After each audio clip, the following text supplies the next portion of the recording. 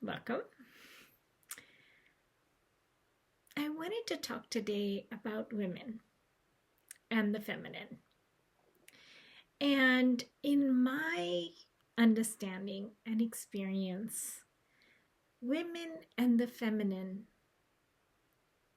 in this day and age is an emerging frontier, I would say. So much has changed in terms of our roles in the world that has changed. Our the way that we show up in the world, and I think a lot has changed outwardly. But one of the things that's happened that I want to bring awareness to is that somehow in this change, we haven't been able to navigate who we truly are, what our power and our strength is on this planet.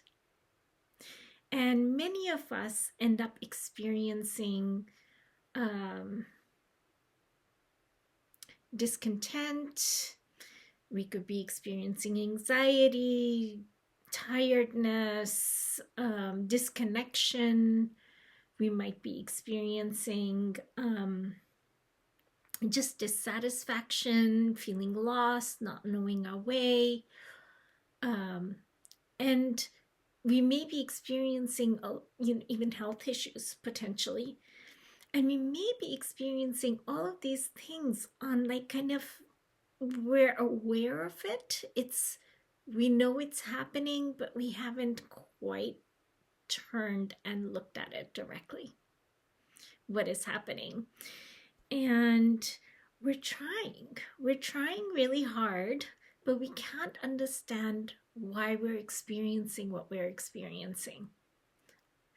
And I think the challenge is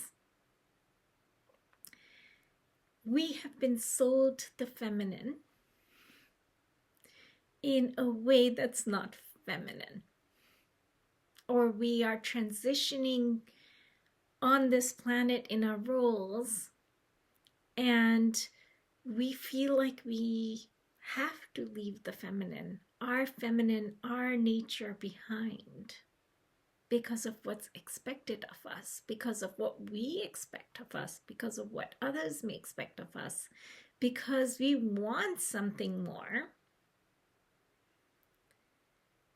And so we go, we're doing all of these things, but we're leaving something really integral about us behind.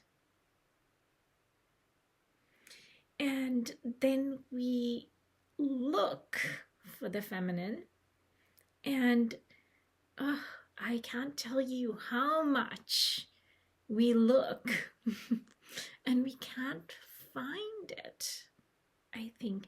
And part of the reason we can't find it is because this is a frontier. This is emerging. This is something that we need to come to and discover and realign for ourselves. So I'll give a couple of examples of what I've seen like out there in terms of looking for the feminine, speaking for the feminine. There's a couple things, let's just say. One of them is that we start to fight against patriarchy. Somebody thought that if we start to fight against patriarchy, that we will be able to define the feminine. We speak out against patriarchy. It's so common out there. And even though there might be something really beneficial and useful about naming women's experiences, acknowledging experiences of oppression. That is really important. But there's some way, and please pay attention to this, there's some way in which we get decentered from ourselves, from our nourishment,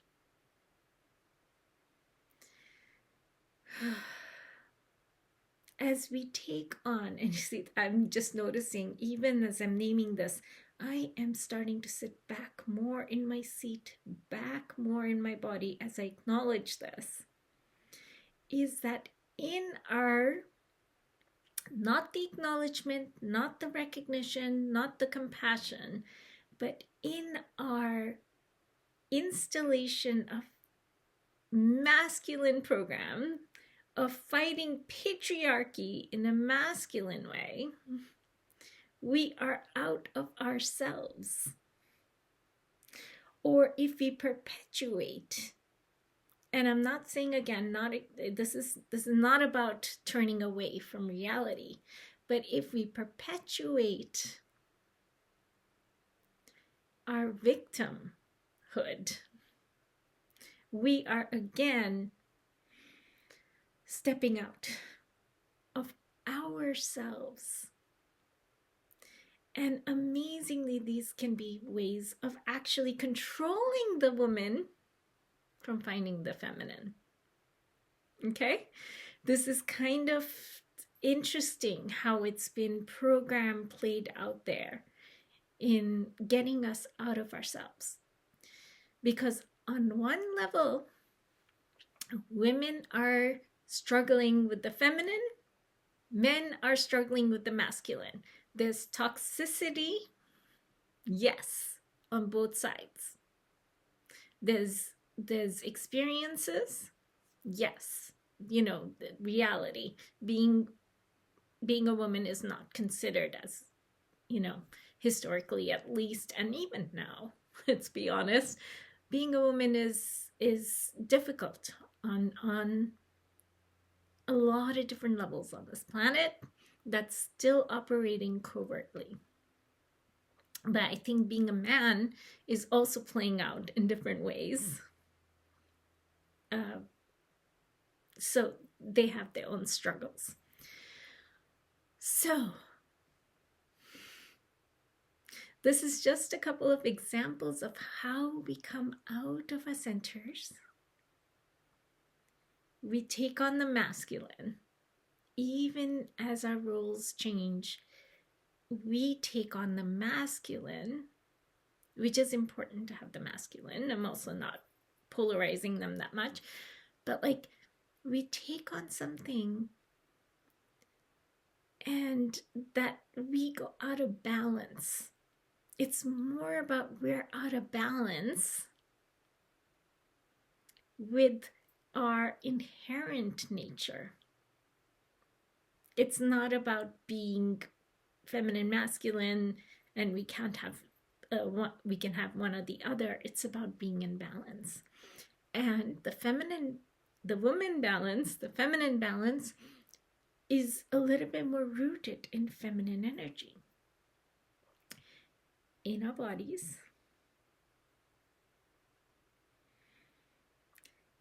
in some of the aspects of the feminine that we need to come back to. And we don't even remember what it was. We don't remember. What is our balance? What does it feel like? What is it like to sit back?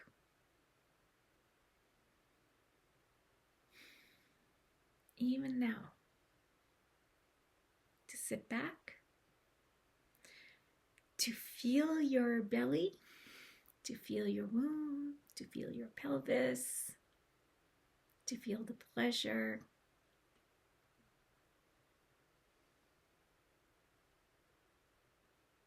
To feel your heart. to feel the love in it.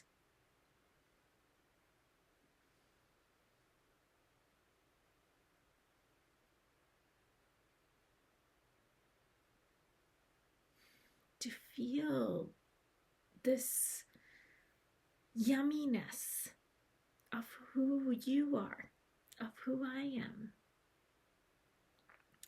Part of the return to balance is coming to this.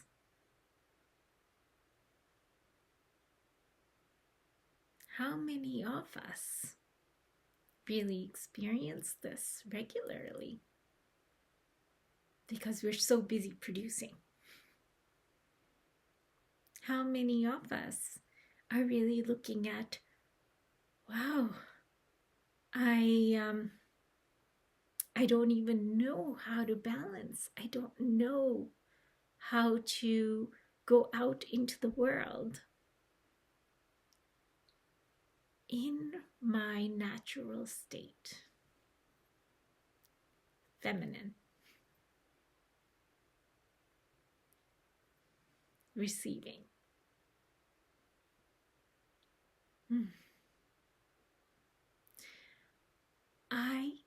I can't tell you, this is a frontier, and it's something that I really believe that women need to come together to explore internally, to not perpetuate the stories, even though we need to acknowledge pieces, but to not get into a fight, because that is a distraction. We need to come home.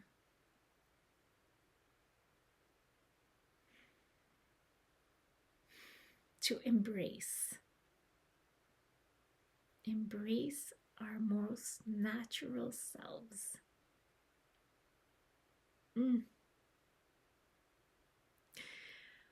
If you are inspired and are looking for a space where you can start to connect,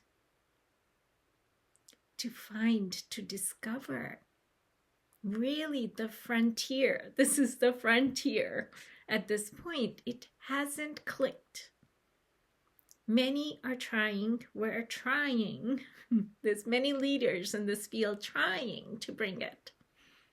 But honestly, I haven't seen it yet. We are trying to have it click. And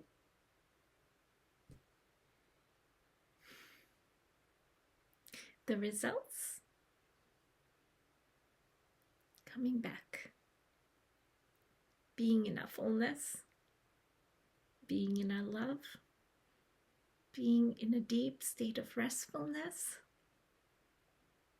pleasure, and so much more.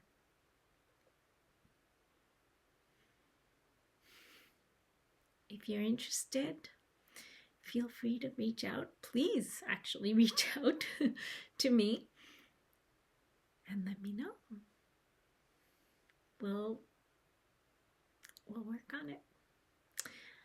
And as I mentioned, it's really nice to do it in a group of women. All right. May you land